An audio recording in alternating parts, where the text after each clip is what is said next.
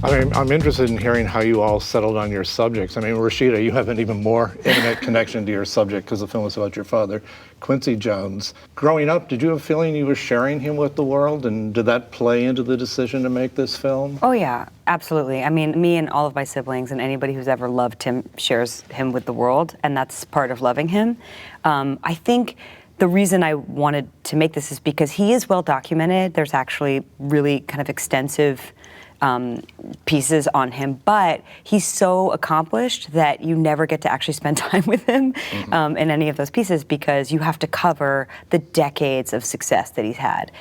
But what they've missed is that the reason he's had that success is there is something inherently personal about it. So who he is in his private life and who he is when he connects with people is precisely the thing that, you know, kind of incites his success.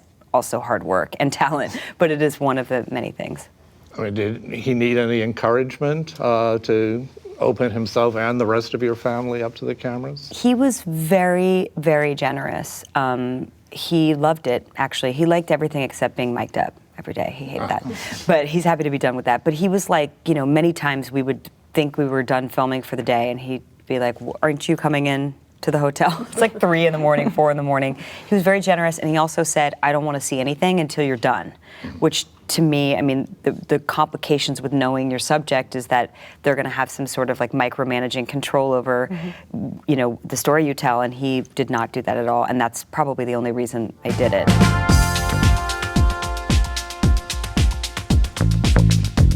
Music's not just an afterthought, it's kind of really part of the fabric of these movies. Well, I mean, I'll take that one. You know, I was just thinking when you were speaking, like I feel so lucky because I, you know, had this incredible catalog just available to us that we should have used and did use. I mean, none of the music in the movie is not somehow leads back to Quincy.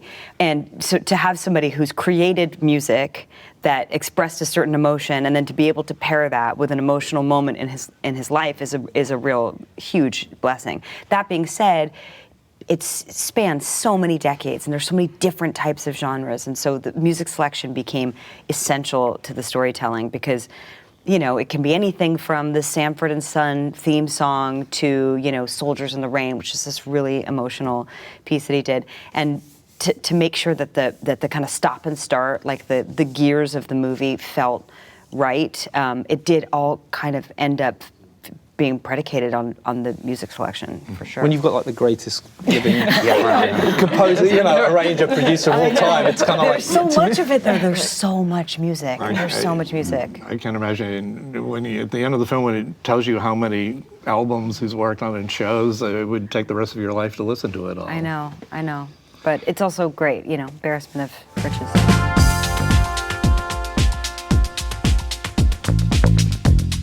What was the biggest influence growing up that may have shaped your point of view as a filmmaker?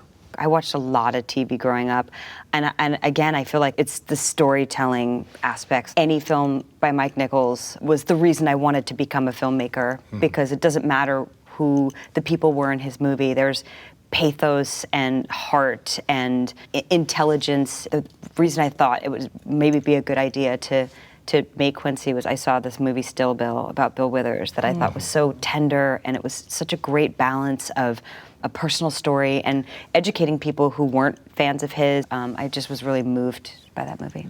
What's the first thing you do when you wrap a film?